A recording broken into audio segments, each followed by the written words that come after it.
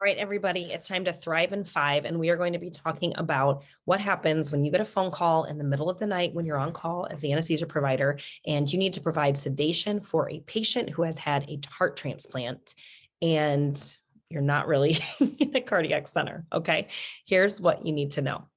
So first of all, remember this new transplanted heart is denervated, right? It's basically been deprived of its nerve supply. It has no parasympathetic, no sympathetic or sensory innervation to it, all right? There's no intact sympathetic nerves, so there's no normal uptake and metabolism of catecholamines. However, they do have circulating catecholamines, and that's how they can increase their stroke volume with the circulating ones, okay? They're also, this new heart is going to be very preload dependent and very sensitive to changes in preload, okay? Cardiac output depends on the venous return, all right? They are also unable to respond to hypovolemia, hypotension with an increased heart rate, all right? Because they don't have that innervation anymore. This heart is denervated, all right? Your resting heart rate now is going to be about 90 to 110 because there's no parasympathetic innervation to that heart. You have less vagal tone, and it's common for your EKG to see a first-degree block. Their sinus node has an increased refractory period. You may see some ectopic beats, and you may even see 2 P waves from 2 SA node input, okay? Your SVR is going to be increased in here. They may have a high to normal cardiac output. You also may see mild to moderate MR and TR, mitral and tricuspid regurg, and also these patients might have a pacemaker. Great. So hopefully you have a little bit of time and it's nothing emergent. All right. But preoperatively, what you really should do is get in touch with their transplant team. All right. I would talk to their transplant team.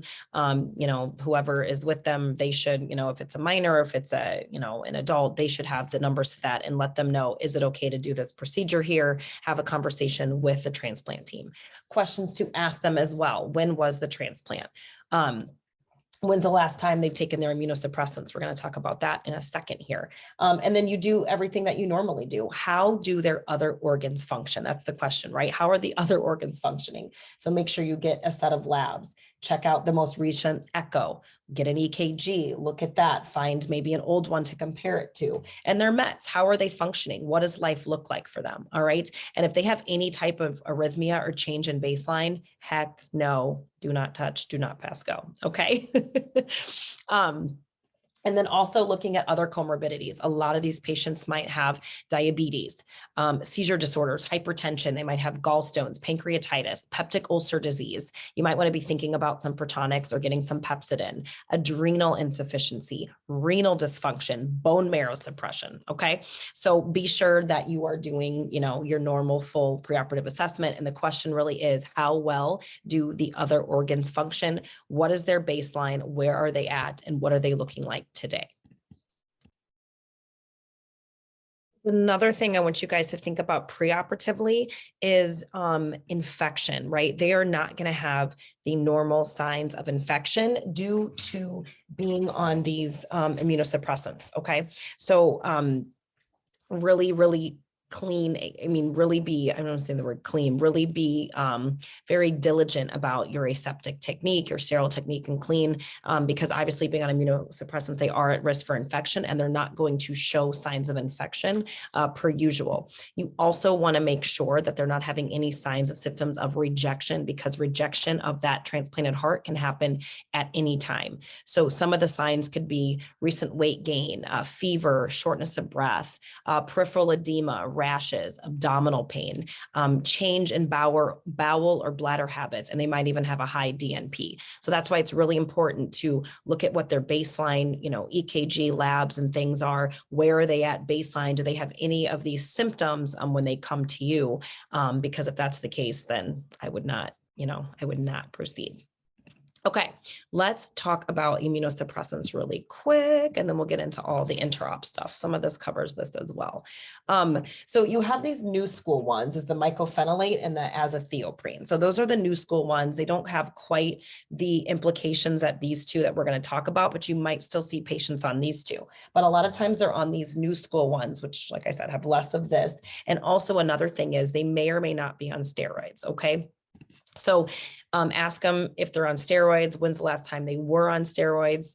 You only need to stress dose them if their steroids have been maybe recently taken away. So within like the last few weeks, the last month or so, I would consider stress dosing them, but be sure to ask about if they're on steroids or not. All right. So the other one, cyclosporine and tacrolimus. All right. So the things with this is you want to get blood levels, like need to get blood levels to see where they're at. That's why it's important to ask them their last dose. And you also want to be careful with IV fluids because you don't want to dilute out these blood levels. All right. So you might need to check them, before, you might need to check them after to kind of see where the patient's at. Okay. Because we want to keep their blood levels where they need to be. These are CYP450 metabolizers. So keep that in mind. And these drugs are known to increase the blood levels of Versed. So and just in general, obviously with the heart transplant patient, dose low, go slow, right? So be careful with the Versed. It also may increase the analgesic effect of fentanyl. Also may increase the action of neuromuscular blockers. So I was reading in the literature and they do say cis-etricurium is preferred for them. However, if you need to use ROC or VEC, just a little bit and see how they do, okay? These drugs may also decrease renal blood flow and their GFR, check their labs, see where they're at, see where their baselines are, all that good stuff. And then they also decrease the seizure threshold. So you want to be cognizant of that. So you want to be very careful with hyperventilation and blowing off a lot of CO2 because you don't want to further exacerbate the seizure threshold in these patients.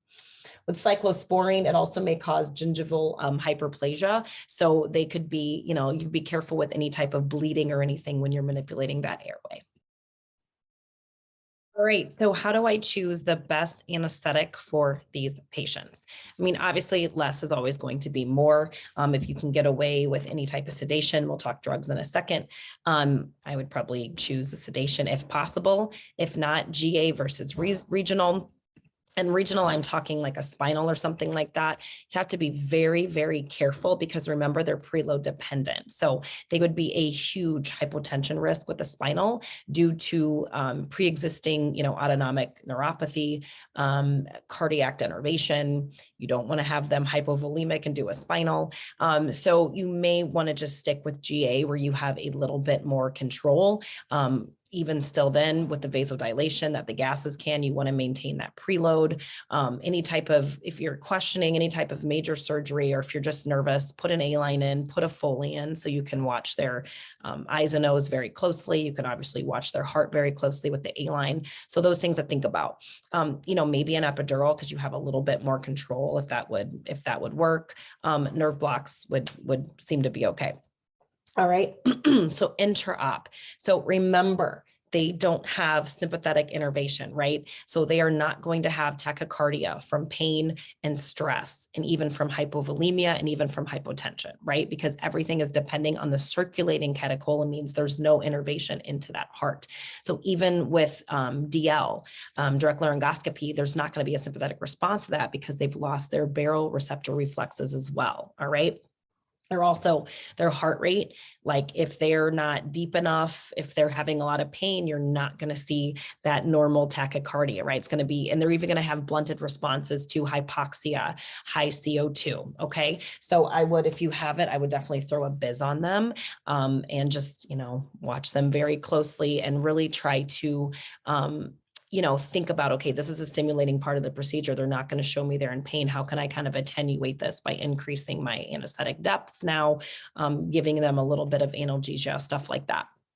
And if you Valsalva them, it's also not going to have an effect on heart rate. Okay. You're not going to get that when you Valsalva, you're not going to see that vagal response. Okay. They are at risk for blood clots. Usually they are on blood thinners. Another thing to think about for intra-op and looking at that pre-op aspiration risk. They may have delayed gastric emptying as well. So I said before, they might have peptic ulcer disease and stuff like that. So getting in maybe some Pepcid, potentially thinking about an RSI depending on the case, and really just doing a nice slow cardiac induction. Okay. Being very deliberate, very careful, having your, pressors and stuff available as needed and getting them at least a bolus of fluids in so you have a little bit of wiggle room there, getting that, saline or LR bolus since you have some preload for them. Okay. And then you really want to avoid any acute, huge drops in vasodilation and preload. So like, once again, if you're thinking there's going to be some big volume shifts, it's bowel surgery or something like that, definitely need to get that A line in, get that Foley in, so you can pay really close attention to those I's and O's. All right. Last but not least, drugs, my favorite thing to talk about. All right. So neostigmine may cause basically cardiac arrest. That's what I've read. So I would say get Sugammadex. I know there's been a little bit of mix in the literature, but I did read some things that neostigmine can cause, like heart rate, like or angina. But basically, they can definitely just collapse with neostigmine. So I would not use that. Another reason to use Sux. Sux is actually okay to use. Okay. Propofol is fine to use carefully. Remember, it vasodilates, so just be careful. Use it slowly. Okay. Ketamine can increase SVR a little bit, so just be careful, but you're not going to get the usual ketamine cardiac stimulation because the heart is denervated. Okay. So you can use ketamine, but just be careful because it can mix, like cyclosporine can have some neuro effects to it. So just be careful with that. Okay. NSAIDs are a no-go just due to the bleeding risk. You can give Tylenol though, so no Toradol. Tylenol's fine. Opioids, fine. Just be careful if there's any renal dysfunction, and be careful with the ones that are renally excreted and building up. So I would just probably stick with a little bit of fentanyl. Okay. And then titrating that as you need to, using some Tylenol. Bupivacaine, ropivacaine is fine if you want to do those type of nerve blocks. Beta blockers, they actually say to avoid those if the patient's hypertensive, because remember, these patients have circulating catecholamines that they are dependent on, right? They don't have the innervation of the heart anymore. So they need those circulating catecholamines to increase their SVR if they need it. Okay. So you don't want to block those with beta blockers. Okay. They say no nitrous because of potential bone marrow suppression from those, the cyclosporine, the tacrolimus is part of that. So, and I feel like nitrous is like, you can go back and forth with that all day, but that's what the literature has been saying. Atropine is not going to work because the heart is denervated. So it's not going to be able to utilize the anticholinergic effects of the atropine, right? Because there's no parasympathetic innervation as well, but you can use direct acting drugs. So essentially dobutamine is great, epinephrine, Levophed. And if you have bradycardia, use isopro. Okay. So use isopro for bradycardia, but remember, it may drop the blood pressure as well. Okay.